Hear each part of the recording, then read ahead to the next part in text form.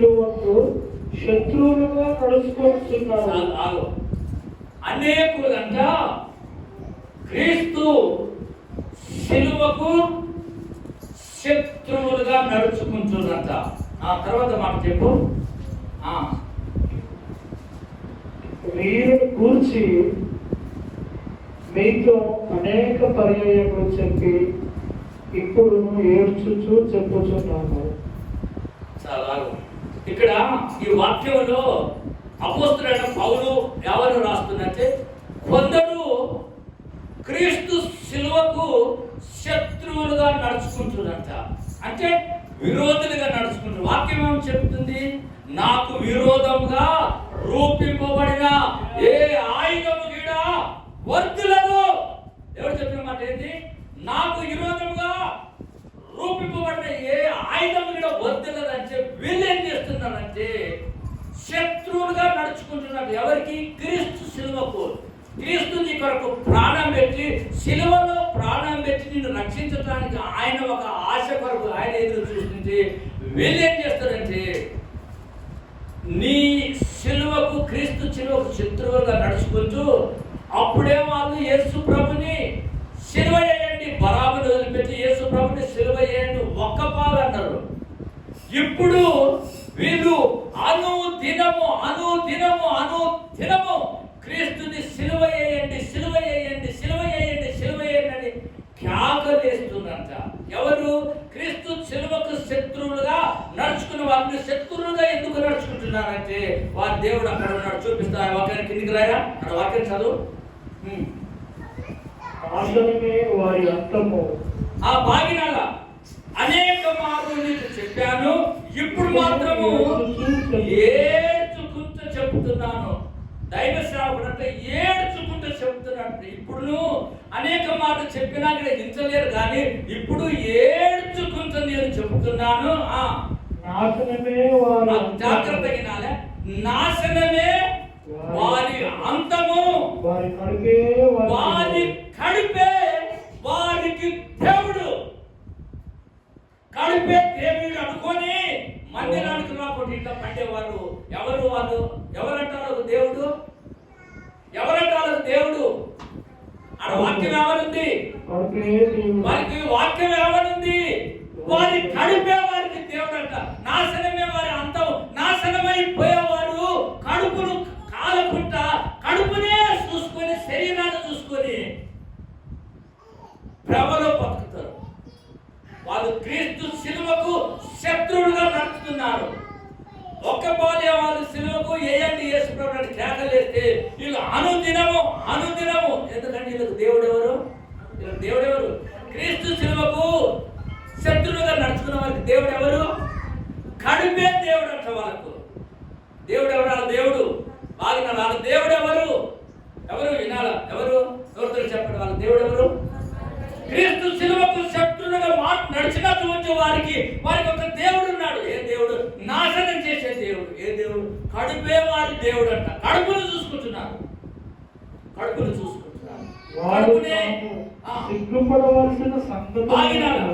వారు సిగ్గుపడవలసిన సంగతుల మీద అతిశయపడుతున్నారు. సిగ్గుపడవలసిన సంగతుల మీద అతిశయపడుతున్నారు. భూ సంబంధమైన వాటి మీదనే మనసు ఉంచుతున్నారు. భూ సంబంధమైన వాటి మీదనే మనసు పెడతారు. మన పౌరస్థితి పరలోకమందు ఉన్నది. గట్టిగా సపోర్ట్ కొట్టాలి. హల్లెలూయా. యేసు ప్రభు నిన్ను పరలోకం తీసుకెళ్ళాలని నీ కొరకు ప్రాణం పెడితే నువ్వేమంటున్నావు అంటే సిగ్గుపడవలసిన వాటి మీదనే మనసు పెట్టి, భూ సంబంధమైన వాటి మీద మనసు పెట్టి క్రీస్తు సిలువకు శత్రువులుగా నడుస్తున్నారంట. ఆ శత్రువులు ఏమైపోతారంట? నాశనం అయిపోతారంట. నాశనం. క్రీస్తు నమ్మాడు, ఆయన రక్షణ పొంది అన్ని కొరత దెబ్బలు తిని యేసు నా రక్షకుడని రక్షణ పొందిన నీవు అనేక దినాలు ఏయని సిలువ అని ఖ్యాకరిస్తున్నారంట. క్రీస్తు సిలువకు శత్రువులుగా మారినటువంటి వారంట. వారు సిగ్గుపడతారంట. వాక్యం వృధా కాదు. ఎవరు సిగ్గుపడతారంటే భూ సంబంధమైనటువంటిది, భూ సంబంధమైన వాటి మీద ఒక అన్నయ్య నీకు నాకు దేవుడే కదా నా దేవుడే అన్నయ్య ఈరోజు 1000 రూపాయలు చేస్తాను. ఈరోజు 1000 రూపాయలు చేస్తాను. 1000 రూపాయలు చేస్తే మరి నీకు దశమభాగం ఇవ్వాలి కదన్నా. నీకు ఇస్తే కదా 1000 రూపాయలు అంటే 100 రూపాయలు ఇస్తానా. ఈ ఆదివారం నాడు ఏమనుకోకన్నా. చూసావా, ఈ ఆదివారం రోజు నువ్వు బతకాలి కదా అన్నా. నువ్వు బతకాలి, నేను బతకాలి. నువ్వు ఒక్క ఆదివారం ఇవాళ పోతే 1000 రూపాయలు వస్తాయన్నా. 1000 రూపాయలు అంటే 100 రూపాయలు వస్తాయి. ఏమనుకోకన్నా. నాకు ప్రార్థన చేయట్లేదు. ఏమనాలి? ఏమంటున్నావా? నువ్వు నాశనం అయితే కాదు, మందిని నాశనానికి చూస్తున్నావు 100 రూపాయలకు. నువ్వు నాశనం అయిపోతున్నావు. దేవుని మాట వినకుండా నువ్వు నాశనం అయిపోతున్నావు. వారు గడిపే వారికి దేవుడు. ఆ నాశనం అయిపోతావు ఏం చేస్తుంది? ఇక్కడ ఇస్తాయా ఇక్కడ అంటే ఆ నాశనమయ్యేది కాక నాకు గీడ నేర్పుతుంది నాశనమయ్యే స్వభావం. నాశనమయ్యే స్వభావం. వారు నాశనమైపోతారంట. ఎవరు? క్రీస్తు శిలువకు శత్రువులుగా నడుచుకున్నటువంటి వారు సిగ్గుపడతారట, అవమానాల పాలవుతారంట, ఆపదల పాలవుతారంట. అందరూ చూసి యాగన చేస్తారు. అయితే ఆ భూ సంబంధమైన వాటినే చూసుకుంటారు. దేవుడు అంటున్నాడు, వాటి ఎందుకు మనసు పెట్టుకోడు. నీకు ఏది ఇవ్వాలన్నా నేనే ఇవ్వాలి. నీకు ఏది రావాలన్నా ఏది కావాలన్నా నేనే చేయాలి. నాకు తప్ప నీకు సహాయం చేసేవారు ఎవరు లేరున్నారు. హల్లెలూయా. ఈరోజు ప్రభు మాట్లాడుతున్నాడు. ఎవరు వీడు ఆయనకు శత్రువులుగా మారొద్దు. తీగ చెట్టుకు తెంపివేయబడితే ఏమైపోద్ది? ఎండిపోతుందని చెప్పాడు కదా యేసు ప్రభు. నేను ద్రాక్షవల్లి, మీరు నాకు తీగలు, నాకు వేరుగా మీరు ఏమి చేయలేరు.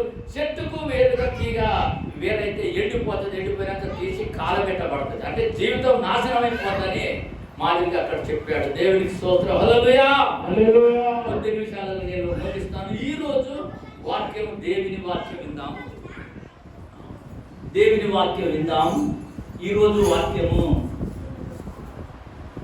20 లూకా సువార్త 24వ అధ్యాయము 6వ వచనము జాగ్రత్త వినాలి.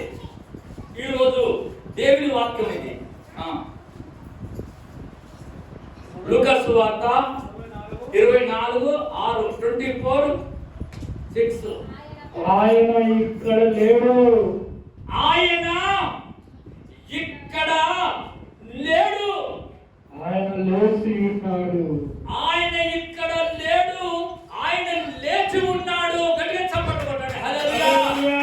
ఎక్కడ లేడు? ప్రభు ఎక్కడ లేడు? సమాధిలో లేడు. ఈ మగ్దలేని మరియా, యాకోబు తల్లి అయిన మరియా, 7 దయ్యములు పట్టిన మరియా, ఈ సలోమి, వీళ్ళందరూ యేసు ప్రభు చెప్పాడు, ఇదిగో 3వ దినమున నేను లేస్తాను. 3వ దినమున నేను లేస్తాను అని సుగంధ ద్రవ్యమును తీసుకొని సమాధి కాడికి పోయారు. యేసు ప్రభు సమాధి కాడికి ఆయన లేవగానే అత్తర పన్నీరు ఆయనకు పోదాం అనుకొని సమాధి కాడికి పోయే వరకు ఆ సమాధి కాడ లేదనే మాట ఎవరు చెప్తున్నారు? లేడు. ఆయన ఈ సమాధిలో లేడు. ఎవరు చెప్తున్నారు? ఇద్దరు దేవదూతల సమాధి దగ్గర ఉండి, అమ్మా ఆయన చెప్పినట్టు నేను చనిపోయి 3వ రోజు లేస్తానని చెప్పాడు కదా, ఆయన ఇక్కడ లేడమ్మా. ఆయన చెప్పినట్టే లేచి ఉన్నాడు. గడికి చదవడు. ఆయన చెప్పినట్టే లేచి ఉన్నాడు. సజీవుడైన వాడిని మృతుల లోకంలో మృతుల దగ్గర బొందల గడ్డలు ఎందుకు ఎక్కుతున్నారు? ఆయన లేచి ఉన్నాడు. మరణాన్ని గెలిచి లేచిందంటే ఒక యేసు ప్రభు మాత్రమే. హల్లెలూయా. ఎన్ని చరిత్రలు చూసినా, ఎన్ని చరిత్రలు తీసినా, మరణాన్ని గెలిచినటువంటి సజీవుడు పునరుత్థాన బలముతో ఆయన లేచాడు. దేవదూతలు సాక్ష్యం చెప్తున్నారు. ఎందుకమ్మా?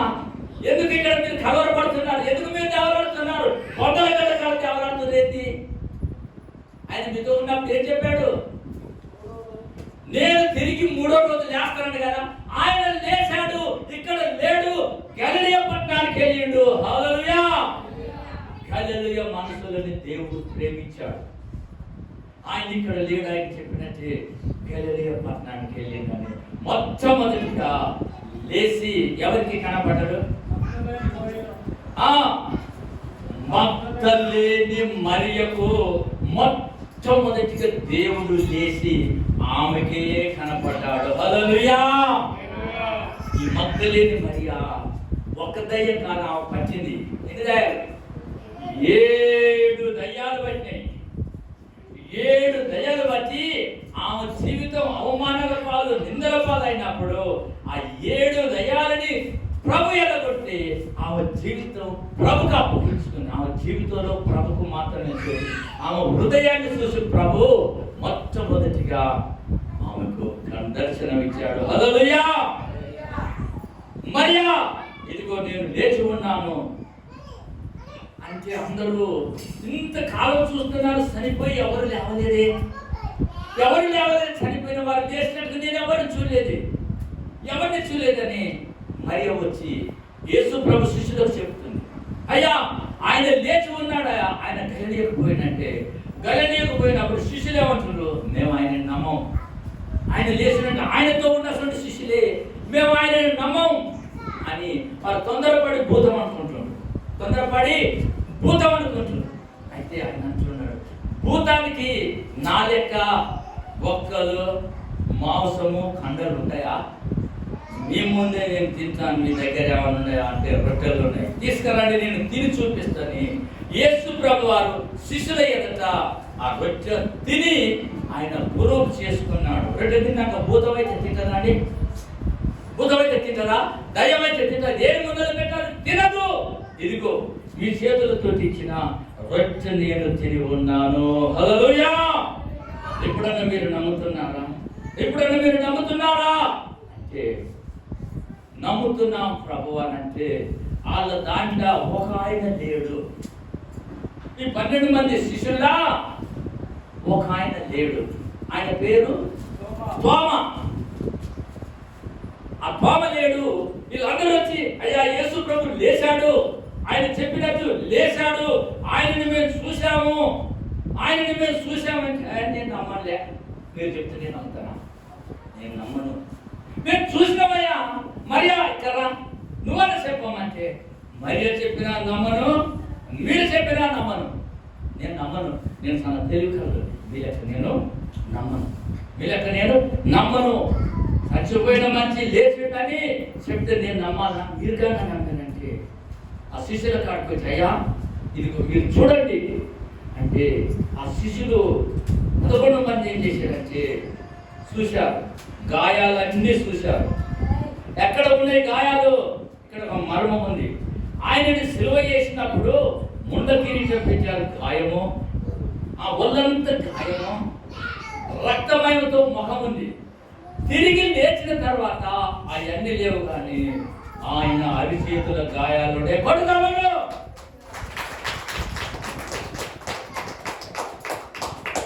ఈ యుగం వల్ల మాయమై వచ్చే యుగం వల్ల పుడతాడు, ఆ యుగం వల్ల మాయమై ఇంకొక యుగం వల్ల పుడతాడు, ఆ యుగం వల్ల మాయమై ఇంకొక యుగం పడతాడని కవుడు కాదు ఆయన చెప్పింది. నేనే ఇదిగో మీరు వచ్చిన మేకులు నా అరిచేతుల్లో ఉన్నాయి చూడండి అని వరకు దగ్గరికి వచ్చి, ప్రభువా అక్కడికి గాయాలు పచ్చిగుండే, ప్రభువా నువ్వే దేవుని కుమారునివయ్యా, నువ్వు మా కొరకే కదా ఈ గాయాలు అవపడుతున్నాయి ప్రభువా, చూసిన నీ గాయాలు చూసినవయ్యా అని వారు మనస్ఫూర్తిగా ప్రభువును విశ్వాసం ఉంచి ప్రభుని ప్రకటించాలని ఒక తీర్మానం చేసుకుంటే అందులో ఒక ఆయన ఉన్నాడు. ఆయన పేరేంది? తోమ. నేను నమ్మను, మీరు చెప్తే నేను నమ్మను. 11 మంది శిష్యులు కిందికి చేస్తుందండి. మీ లెక్క నేను నమ్ముతానా? నేను నమ్మను. అసలు ఆయన చేసినట్టే నేను నమ్ముతానా? మీకు రకాల కళ వచ్చిందా? మరి వాళ్ళందరూ నమ్మిన అస్సలు నమ్మతలేడు తోమ. నమ్మకపోతే తోమ యేసు ప్రభు, తోమ దగ్గరికి రా దగ్గరికి మగ్దలేని మరియని యేసు ప్రభు వారు ముట్టుకొని, అమ్మా నేను తండ్రి దగ్గరికి వెళ్ళలేదు, కానీ నన్ను నువ్వు ముట్టుకోవద్దు, నేను పరిశుద్ధునిగా లేచాను, నన్ను ఇప్పుడు తాకొద్దు, నేను పరిశుద్ధ శరీరం ధరించుకున్నాను కాబట్టి 3వ దినాన్ని నేను లేచాను మరియా, నన్ను తాకొద్దని చెప్పి ఇక్కడికి వచ్చిన తర్వాత తోమ దగ్గరికి వచ్చి, తోమ దగ్గరికి రా, దగ్గరికి రండి, దగ్గరికి వచ్చి తోమ ఎలా చూస్తుందండి,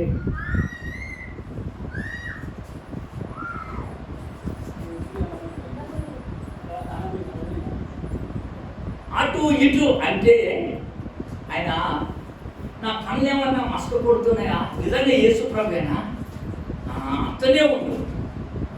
ఒకవేళ ఒరిజినల్ అయితే జిరాక్స్ తీస్తే జిరాక్స్ ఒరిజినల్ సేమ్ ఉంటాయి,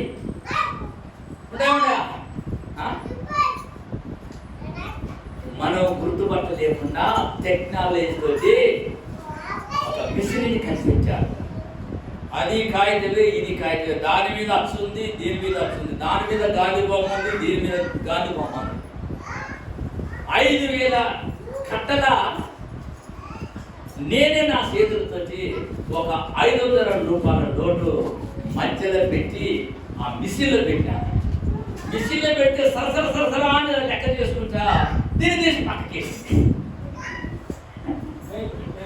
దేన్ని 500 నోటు చల్లని నోటుని ఏంటి ఎట్లా గుర్తుపట్టింది, ఇన్ని 5,000 కట్టల పెట్టి ఇది ఎలా గుర్తుపట్టింది, ఇదేంటి పక్కకి తీసేసింది, మరోసారి ఏమన్నా గుర్తుపడుతుందేమో దానికి ఒక కవర్ తీసి దాన్ని మందం చేసి మళ్ళీ దాంట్లో పెట్టిన మిషన్లో. అప్పుడు ఆడ మిషన్ ఉండే దగ్గర అక్కడ పని దగ్గర మిషన్ పెట్టి రూపాయలు పైకి కట్టలు తీసుకొని అన్ని పైకి అందిస్తే ఆడ మిషన్ కాడ కూర్చొని అలా చేస్తే మళ్ళీ చేస్తే మళ్ళీ తీసి బయట వేస్తుంది దాన్ని. మిషన్ తెలుసుకుంటుంది ఒరిజినల్ నకిలీ అని జిరాక్స్. హల్లెలూయా. అదే అప్పుడు తోమ నేను నమ్మను లేచిందంటే నేను నమ్మను, నేను ఎట్లా నమ్ముతానయ్యా, వీళ్ళందరూ చెప్పారు నేను నమ్మను. తోమ దగ్గరికి రండి, దగ్గరికి వచ్చినాక ఇదిగో ఈ గాయములో ఏలు పెట్టు. ఏం చెప్పానమ్మా,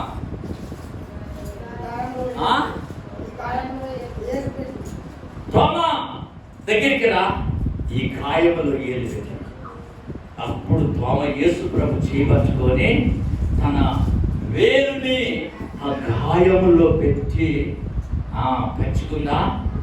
ఆ గాయాలు చూసి యేసు ప్రభు కరెక్టేనయ్యా ఈ చేతులా, ఒకవేళ ఎవరన్నా నిన్ను మోసం చేయడానికి ఇలాగ ఈ చేతుల గాయం ముడుచుకున్నామో కాలు చూద్దామయ్యా, కాలు చూద్దామంటే కాళ్ళ గాయాల్లో ఏలు పెట్టి చూసిండు, చేతుల గాయాలలో ఏలు పెట్టి చూసిండు. నిన్ను మోసం చేయడానికి ప్రభు ఎవరన్నా నీ లెక్కనే మారువేషంలో వచ్చిందోయో, నువ్వే అన్నావు కదా అబద్ధ బోధకులు వస్తారు వారిని నమ్మవద్దు, నా వేషం వేసుకొని వస్తానని చెప్పినావు కదా, నీ మాట మీద నేను లెక్క వస్తున్నాను. నువ్వేమన్నావు, అబద్ధ బోధకులు వస్తాడు, వాడు సాధ్యమైన వరకు నిన్ను మోసం చేస్తాడు కదా, కాబట్టి నువ్వు చెప్పిన మాట ప్రభు నన్ను కనికరించాయా. కనికరించు. కాళ్ళ గాయాలు చూసినా, చేతుల గాయాలు చూసినా, కానీ ఇంకా ఒక డౌట్ ఉంది. ఆ డౌట్ ఉంది, ఎక్కడ చేపెట్టి చూశాడు, కాళ్ళలో చేతులు పెట్టి చూసిండు, అరిచేతుల్లో చేతులు పెట్టి చూసిండు. చూసిన తర్వాత డొక్కలో అంగిడి తీసి ఇస్తే ఆ డొక్కలో మీద ఏలింత పొడుగు దిగింది. అప్పుడు ప్రభు పాదాలు పట్టుకున్నాయ్యా, ఇగో ఈ రోజు నుంచి నా సర్వము నీవే, నేను సంపూర్ణంగా మారుతున్నాను ప్రభువా, ఇక ఏది చేయదు నీ సేవే చేస్తానయ్యా అని. అప్పుడు తోమ చేసి బైబిల్ గ్రంథం పట్టుకోడు. హల్లెలూయా. బైబిల్ గ్రంథం పట్టుకొని ఏ ప్రాంతానికి సువార్తకి వెళ్ళాలి, ఆయన శిష్యులు మొత్తం తలా ఒక ప్రాంతానికి వెళ్ళారు. శిష్యులు వెళ్ళిపోతే రాత్రి చెప్పాను కదా, ఒక శిశుని పైకి కట్టి పానంతోటే కండను ఒలిచి ఒక పల్లెలో చేస్తుంది. 12 మంది శిష్యులు ఒక శిష్యుని పానంతోటే చేయికి కండలు పోసి మన యాతని మాంసాన్ని ఏ విధంగా ఒలుస్తావో ఆ విధంగా కండలు కోసి ఒలుస్తుడు. ఈయనని కండలు కోసి ఒలుస్తుంటే పక్కన ఉన్న శిష్యుడు చూసినాడు. పక్కన ఉన్న శిష్యుడు చూసి భయపడరు కదా. ఈయనని వచ్చినా సరే నేను మాత్రం ఈ గంధాన్ని పట్టుకొని నేను చెబుతాను. ఈయన ఒక దిక్కు పోయి యేసుప్రభుని ప్రకటిస్తుంటే అక్కడ ఆయన ఏం చేసినట్టే నూనె కాగబెట్టి నూనెలో వేసిండ్రు. ఉడుకుడుకు నూనె కాగబెట్టి ఆ నూనెలో వేసిండ్రు. ఈయననేమో కండలు వచ్చిండ్రు, ఈయననేమో నూనెలో కాల్చేసిండ్రు. ఇంకొక ఆయన కాడికి వస్తే ఆయనని కర్రలతో కొట్టి చంపుతుంటే తొండగిడ దెబ్బ పడితే తొండలు చచ్చిపోతాయి. ఎట్లా చచ్చిపోతాయంటే ఉరుకున చచ్చిపోతాయి. అయితే ఒక శిష్యుడు ఆయన కర్రలతో కొడితే వణికి చచ్చిపోయాడు. ఆయన చచ్చిపోతుంటే చూసిన ఇంకో శిష్యుడు భయపడి ఊకోవాలి కదా. నేను చచ్చిపోయినా నా ప్రభు ఏం చెప్పిండు, నేనుండే స్థానంలో మీరు ఉంటారు, యుగాలు అక్కడ ఉంటారు. ఆ రాజ్యాన్ని చూసి ఈయన సరిపోతే ఈయనని నేను పరలోకాల కాల్చుకుంటానని బైబిల్ పట్టుకొని యేసు ప్రభు గురించి చెప్తూనే ఉండు. వాళ్ళు భయపడిపోలేదు. ఇంకొక ఆయన ఉన్నాడు, ఇంకొక శిష్యుని అందరూ పట్టుకొని ఆయనని కాలు కట్టి ఏలన కట్టిండు. కాలు పైకి కట్టి ఏలన కట్టి 2 కాళ్ళ మధ్యలో రంపెన పెట్టి 2 కాళ్ళ మధ్యలో అటు ఇద్దరు పెట్టి రంపెన పట్టుకొని కాలు పైకి గడ్డ మధ్య నుంచి తలకాయ వరకు 2గా కోసిండ్రు. అది ఇంకొక శిష్యుడు చూసిండు. భయపడిపోలేదా? మరి అంత త్యాగం చేస్తే దేని కొరకు అంత త్యాగం చేసిండు? అయ్యా నువ్వు మా కొరకు ప్రాణం పెట్టావు, మా ప్రాణం వేపాడిది ప్రభువా, మా ప్రాణం వేపాడిది, నువ్వు మా కొరకు ప్రాణం పెట్టావు, నీ పని కొరకు మేము తెగించి చేస్తావయ్యా. ఇది అశాశ్వతమైన శరీరం, ఇది ఎప్పుడైనా చచ్చిపోతాం, కానీ నీ రాజ్యంలో మేము ఉండాలని సువార్తని ప్రకటించుకుంటూ వస్తే దోమ వచ్చి మన భారతదేశానికి సువార్తను తెచ్చేటప్పుడు అక్కడ బ్రాహ్మణులు ఓయో నువ్వు రావద్దు, నీ మతం కాదు మాది, ఈ యొక్క నది దాటి రావద్దు, నువ్వు అవతలి ఉంటే ఎందుకు రావద్దు అంటే మాకు ఒక దేవుడు ఉండదు. ఏ దేవుడు మీకు ఉంది? ఉండలేవా ఏదో ఒక దేవుడు మేము వస్తున్నాడు. అర్థ కాదు, దేవుడు ఉంటే పూర్వపు కావాలి, అప్పుడు నేను నమ్ముతా. మీకు ఉండనంట కదా, సరే మీకు ఉండదు దేవుడు, నాకు ఒక దేవుడు సుధామాడు, నేను అవతలికి రావద్దని మీరు అంటున్నాను, అవతలికి పోవాలని నేను ఇద్దరు చేతులు పెట్టుకున్నామని ఏం చేసిందంటే అలే గారు ఏం చెప్పినా దేవుని మాటలు వినాలా? హల్లెలూయా! దేవుని మాటలు ఈ మాటలు నీకు ఫలాన్ని, ఆరోగ్యాన్ని, శక్తినిస్తాయి, నీ జీవితాన్ని మార్చేస్తుంది. మాటలు నిర్లక్ష్యం. అయితే ఆయన వచ్చి అన్నాడు, మాకుండలేవా దేవుడు, ఏదో ఒక దేవుడు మాకుందంటే అంత కాదయ్యా, పురుగు చేసుకోరాదా పట్టు, నీకు ఏం పోతుంది? ఇదిగో ఈ సముద్రంలో మీరు స్నానం చేస్తుంది కదా, ఇందులో నుంచి ఒక దోషుడు నీరు తీసి ఆకాశంలోకి ఎగిరేదా.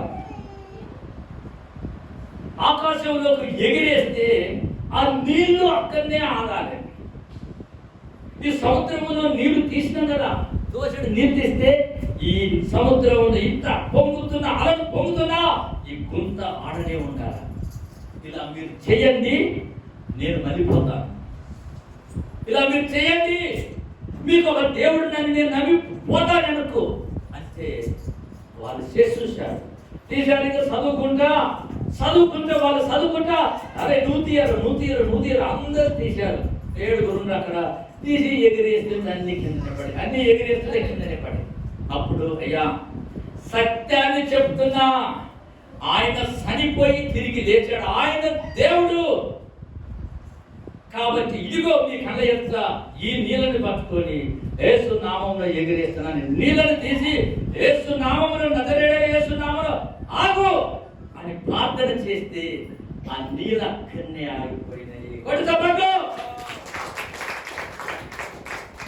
నీళ్ళకై బాధ చూసింది. అబ్బా మా కళ్ళు తెరిపించిన ఆ నీళ్ళు అక్కడనే ఆగిపోయినాయి.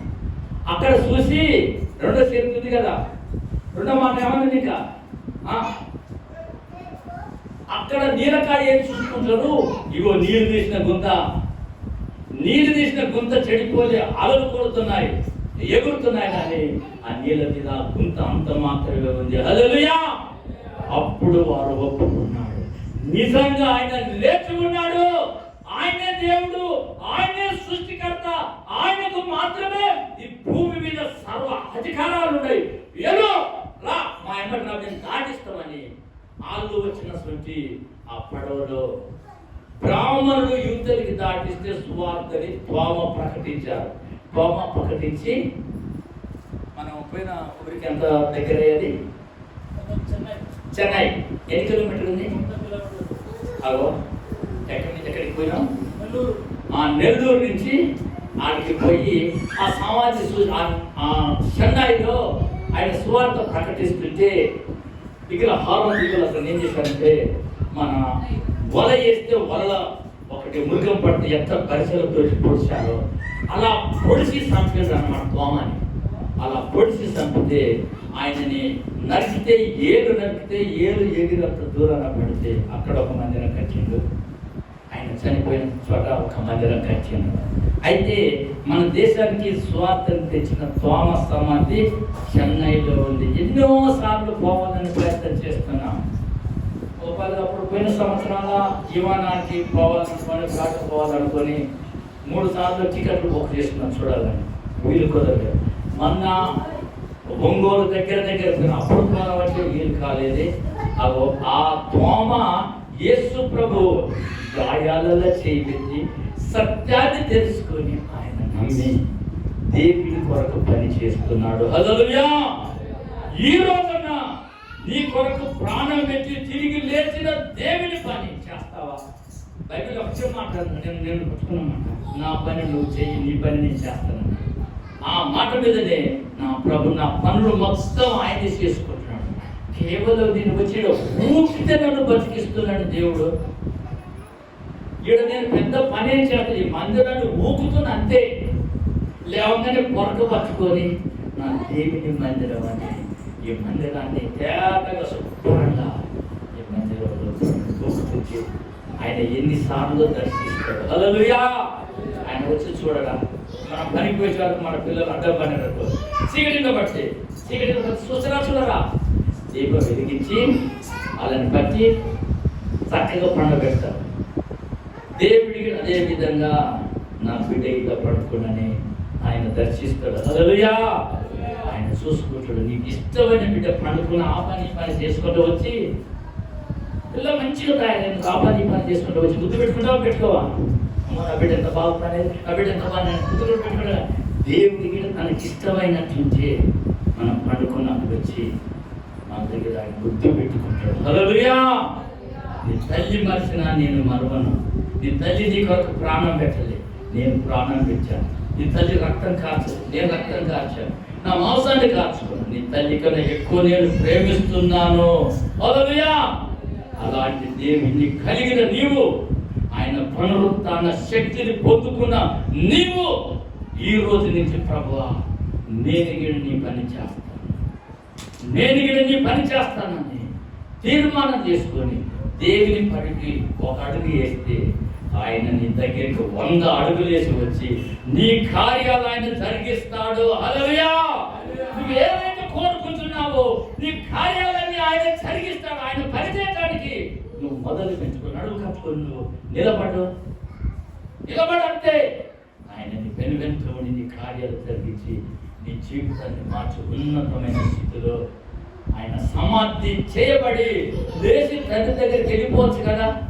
నీతో ఎందుకు మాట్లాడాడు? నీకు గాయాలు చూపించాడు. ఎందుకంటే నీ గాయాలు మారాలి. నీ గుండె గాయాలు మారాలి. అప్పుల చేత గాయమైందా, అనారోగ్యం చేత గాయమైందా, నిందల చేత గాయమైందా, నీ గాయాన్ని మార్పడానికి ఆయన గాయం పొంది ఆయన గాయాల నుంచి కారిన రక్తం నీ గాయాలని మార్పివేస్తుంది. హల్లెలూయా. ఆయన పరలోకం తీసుకోవటానికి తిరిగి లేచి పొరుగు చేసుకొని, ఇదిగో నేను తండ్రి వద్దకు వెళ్తున్న నేను తిరిగి మళ్ళా వచ్చి కూడా నేను మిమ్మల్ని తీసుకొని వెళ్తాను. పడుకోబడు. హల్లెలూయా. వస్తానని చెప్పిన సూచి చరిత్రలో దేవుడు ఒక్కడే యేసుక్రీస్తే నేను మళ్ళీ వస్తానని చెప్పాడు. అందుకని ఈ సూర్యుని ఎరువు ఎంతవరకు పడుతుందో భూమి మీద అంతవరకు ఖాళీ సమాధి ఎవరుతుంది చెప్పండి. ఎవరుతుంది ఖాళీ సమాధి? ఎవరు చెప్పాలి. ఖాళీ సమాధి ఎవరుతుంది? యేసు ప్రభు లేచాడు సమాధిలో నుంచి. లేచి మీరు కలవరపడకండి, నేను మీతో ఏం చెప్పినా 3వ దినాన లేస్తున్నాను, లేచి నేను బాధపడతాను, మీ కొరకే నేను లేచి వచ్చాను, మీ అవసరాలు అక్కలు తీరుస్తానని ఆ దేవుడు సజీవుడైన యేసు లేచి చెప్పాడు. హల్లెలూయా. ఆయన పేరు మృత్యుంజయుడు. ఏం పేరు? మృత్యుంజయుడు.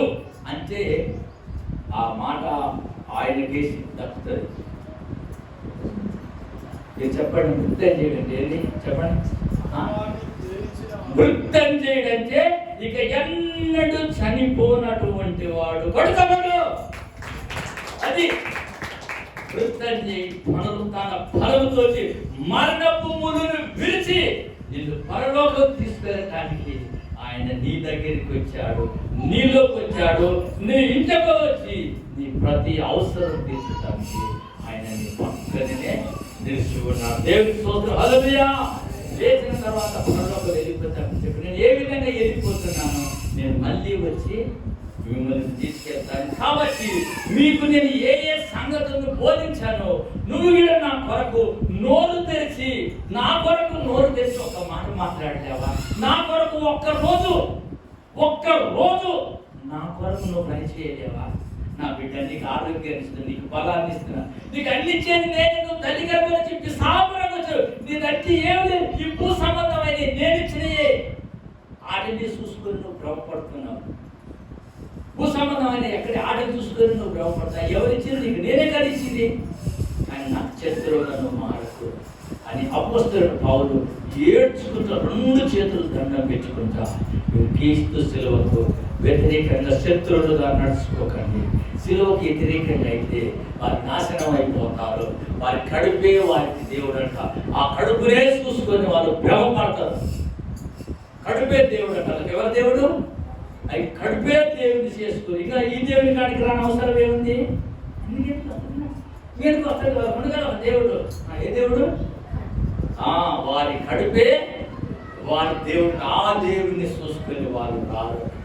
అపోస్తలుడైన పౌలు చెప్పుకున్నాడు. కాబట్టి మీరు క్రీస్తు శిలువకు శత్రువుగా మీరు నడుచుకోకండి, నాశనం అయిపోతారు. కాబట్టి నాకు ఇష్టానుసారంగా మీరు నడుచండి. నేను లేచింది మీ కొరకే, మిమ్మల్ని దీవించి ఆశీర్వదించి నేనున్న స్థానంలో మీరు తీసుకెళ్ళడానికి తండ్రి వద్దకు వెళ్తున్నాను. మళ్ళీ తిరిగి వచ్చి నేను మిమ్మల్ని తీసుకొస్తాను. సదాకాలము నేను మీతో ఉంటాను. హల్లెలూయా.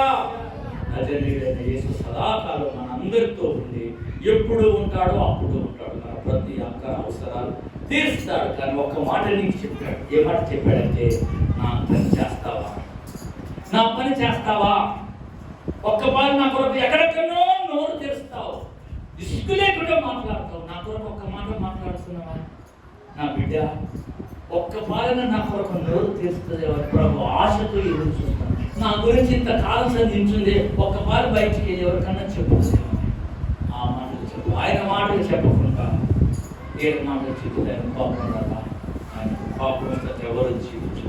ఆయన కోపం వస్తే మనం తచ్చుకోలేము. ఆయన కోపం వస్తే మనము జీవించలేవు. కాబట్టి ఆయన ఇష్టానుసారంగా ఆయన కొరకు నోరు తెరిచి ఈ రోజు నుంచి మళ్ళీ వచ్చే ఈస్టర్ పండుగ వరకు ప్రభువా నా శాతనైనంత వరకు నీ పని చేసి నీ సిలువ చెంతకు కొన్ని ఆత్మలు తీసుకొని వస్తానయ్యా, నీ కొరకు నేను పని చేస్తానని నువ్వు తీర్మానం చేసుకుంటే నీ పట్ల దేవుడు ఎన్ని కార్యాలు చేస్తారో నువ్వే చూస్తావు. దేవుడి కొద్ది వాక్యాన్ని దీవించను కాక గట్టిగా చెప్పండి. హల్లెలూయా.